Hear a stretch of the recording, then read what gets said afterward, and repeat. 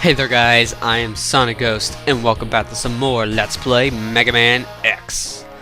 Last time we took on our first two robot Mavericks and the tutorial stage, so also we got two little upgrades, so that's some good progress so far. So we're gonna go ahead and take on Storm Eagle. Storm Eagle, he's very easy with his weakness, but his weapon, while extremely useless when he uses it, it's probably one of the best weapons in the game, actually. How ironic is that? One of the worst weapons for him to use against you? Extremely powerful. You'll see once we get it, but right here, dash and jump. I missed my jump. Gotta go all the way back up there to do this. He didn't jump, that's why. When I wanted him to jump, X didn't, so that kinda made this a pain. Alright, now dash and jump. And over here is a heart capsule. Or heart tank. Whatever you want to call it. Basically what the heart tanks there do, that's what I call them, heart tanks. But what that will do, it will basically increase your life meter a little bit.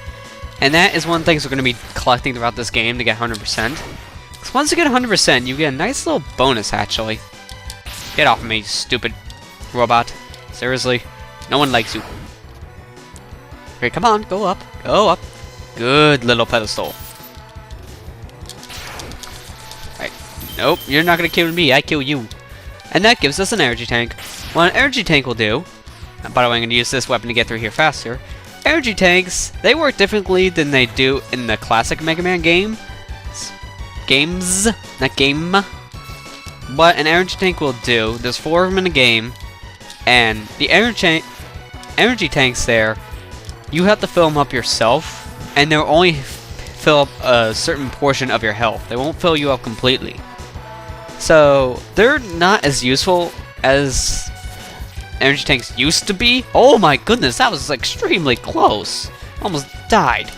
But yeah, the energy tanks aren't as useful as they used to be, but they're still useful nonetheless. And I still like them. I just don't really like the fact that they don't heal you all that much. I mean, yeah, they make you work for it this time and make you fill them up yourselves, but still, the fact that they don't fully heal you, that's kind of a minor annoyance. But I digress. Thought they're light.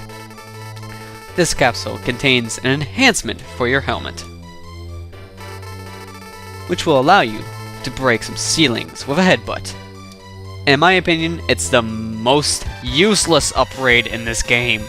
Why? There's only an instance where you can use this 3 times. One of them right here as a tutorial that you don't even do. The game does it automatically for you, like that. Basically, if you jump and you hit certain blocks like this, you'll destroy them. That's one of the cases being a tutorial. Another case is again upgrade, and then one more case is actually an optional case to get health. That is it. You never really use that power, trust me. You never do. Alright, so nope, get out of here, seriously, robots. I don't like you. I don't like your. Wait, you know you have a face. I can't say I don't like your face. I don't like your claws. How about that? Alright, careful, careful, careful, careful. Okay, no! I got hit anyway, so that figures. I'm trying not to get hit, and I get hit. By the way, down here is a little secret refill station. Not really too much of a station, but I just want to show it off. And I just want to go in the normal way. You can jump right to the platform, but I just want to go the normal way. And over here, if you land right on that, this will take you to where the boss is. And our boss is Storm Eagle himself, as we've already guessed. But if you have the dash, and also you have Sting Chameleon's weapon, this guy's a joke. And that weapon just pushes you back. When we use it, it's a lot more powerful, but right now, it's useless. Okay. This one's stereo sound, and headphones really make a difference. Okay. There we go, one more shot should do it. And he's dead. That was pretty good. I enjoyed that run. I mean, heck, I only got hit, I think, once. So that's very good. Well, with that, now we have ourselves probably the most useful weapon in this game. Now I'm going to be using it a lot. The Storm Tornado. Basically, the Storm Tornado will destroy things. Just to put it like that. It's extremely useful. So we're going to go ahead over here to Flame Mammoth stage. And in the past, when I was trying to record this, and I had all those failed attempts, this is the reason why. The Storm Tornado. Let me swap to it to show you. When I fire like this, you can see it perfectly, right? Well, with the old method I had of recording this, nope. It was completely invisible. In fact, I have a little nickname for this thing. If I'm playing this on a capture card, I call this thing the Invisible Tornado, because you can't see it. But with the way I'm recording it now, you actually can. That was the whole other reason why I scrapped it, because I used that weapon so much you couldn't see it. That really got annoying. So right here, you're supposed to dash, jump. Right up here, if you have the helmet ability, this is when this is useful. It's kind of a hard jump to make, but there you go, got it. Okay, just keep on jumping. Come on, come on. Up there, X, you can do it. Yes, there you go. Yes! Made it. This capsule contains a part. Oh, really? I thought it contained cheese. Which will increase the capabilities of your X-Buster. You can use it to fire all types of weapons. So basically this power is giving you a better charge shot, allowing you to charge for a longer period of time to have a stronger shot. But another thing to the charge shot is, you can actually now charge up your weapons. It's like, you know, you can charge up Storm Tornado or stuff like that, and then now have a second ability to them now. So that's pretty cool. Okay, there we go. And now we're filling up our E-Tank. When you hear that sound going off, that boom sound and such, that's showing that the E-Tank's getting filled. And then there'll be another sound effect I'll point out once we hear it. That'll mean that the E-Tank is fully filled. For now, let's just go ahead and take on these stupid workers. I don't even know what to call these guys. They're like workers of some sorts. Okay. There we go, extra life. An E-Tank. Hi, E-Tank. Oh. Really? I gotta destroy that one too. There we go. E-Tank. Now we'll go ahead and jump our way down. Oh, wow, that was close. There we go. Now we have 2 E-Tanks to fill up. Yay. Well, I do want to use the... I'm not going to use E-Tanks too much, as only on certain bosses I'll use them on. But for now, we're not really going to see too much of a use for E-Tanks. I'll just be filling them up as much as I can. Okay. Over here. Over here.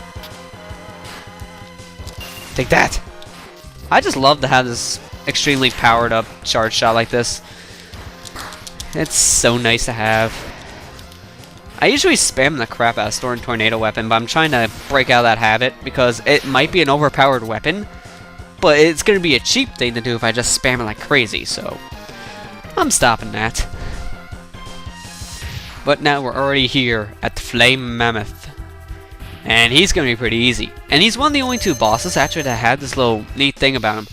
If you come here with Boomer Kawang's weapon and you use it against Flaming Mammoth here, you can actually cut off his trunk and then he can't spit these little things of tar at you.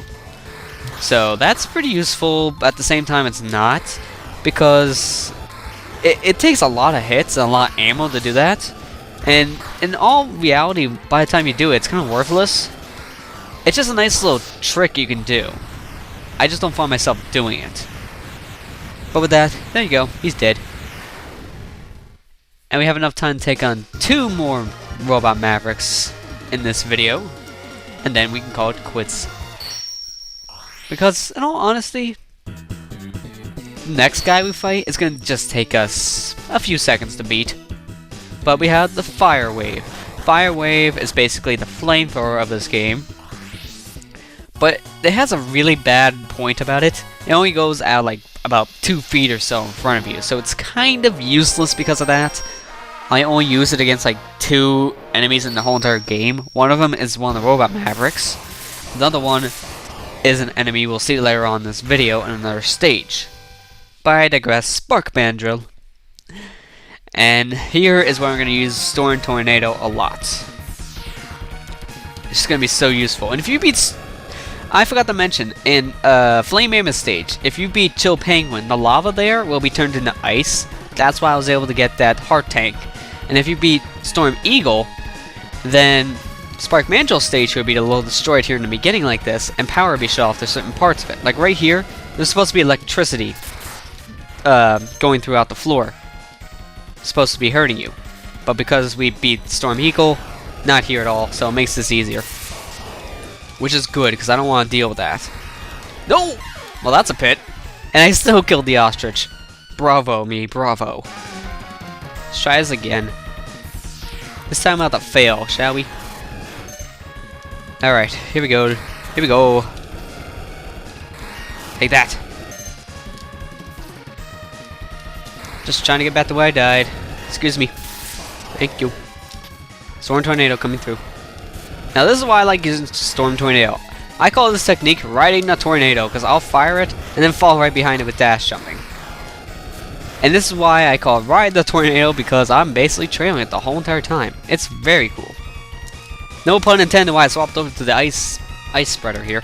So I'm going to go ahead and charge up Storm Tornado here.